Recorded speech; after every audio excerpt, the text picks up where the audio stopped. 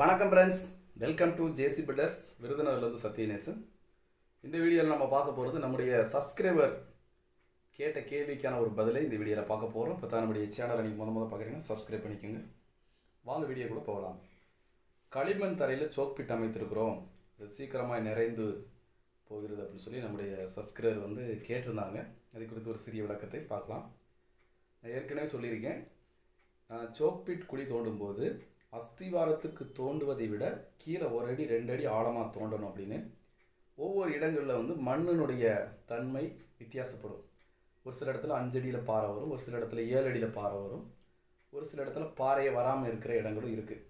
இப்போ பாறையை வராமல் இருக்கிற இடங்களில் கொஞ்சம் ஆழமாக தோண்டணும், அதுக்கு தகுந்த மாதிரி மெத்தடில் தோண்டணும்.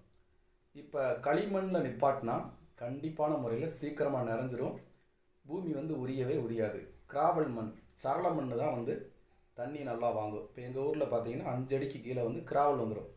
இந்த கிராவலில் 1 அடி 2 அடி தோண்டி 7 அடி தோண்டிட்டோம்னா நல்லா தண்ணியை, பூமி வந்து நல்லா தண்ணியை வாங்கும். சின்ன குழியாக இருந்துச்சுன்னா 10 கூட 20 குடம் தண்ணியை கூட வாங்கிடும். ரொம்ப பெருசாக போட்டிங்கன்னா 50 குடம் தண்ணியை கூட வாங்கும். அந்தளவுக்கு இந்த சரள மண் வந்து தண்ணியை நல்லா குடிச்சிடும். ஆனால் களிமண்ணில் நிப்பாட்டிருக்கும்னு சொல்லி சொன்னார். களிமண்ணில் நிப்பாட்டினா கண்டிப்பான முறையில் சீக்கிரமாக நிறைஞ்சிடும், பூமி உரியறதுக்கு வாய்ப்பு இல்லை. அதனால் சோக் பிட் குழி தோண்டும் போது ரொம்ப ஆழமாக தோண்டுங்க, தோண்டி வேலையை பாருங்கள். ஆனால் அதுக்குள்ளே எதையுமே போடக்கூடாது. நீங்கள் சிமெண்ட் ரிங்கு இறக்குனீங்கன்னா ரிங்குக்குள்ளே எதுவுமே போடக்கூடாது.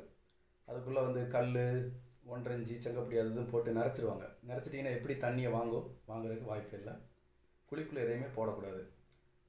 கருங்கல் வச்சு நாங்கள் சோக் பிட் அமைப்பது அப்படின்னு சொல்லி வீடியோ போட்டிருக்கோம். டிஸ்கிரிப்ஷனோட லிங்க் தரேன், 2 வீடியோட லிங்கும் தரேன். உரை இறக்குனதையும் கருங்கல்குள்ளதையும் போட்டு வரேன், நீங்கள் பாருங்கள். ஓகே, வேறு எதுவும் டவுட் இருந்துச்சுன்னா கமெண்ட்டில் தெரியப்படுது. இன்றைக்கி வீடியோ அவ்வளோதான். மீண்டும் அடுத்த வீடியோ சந்திப்பு. பாய்.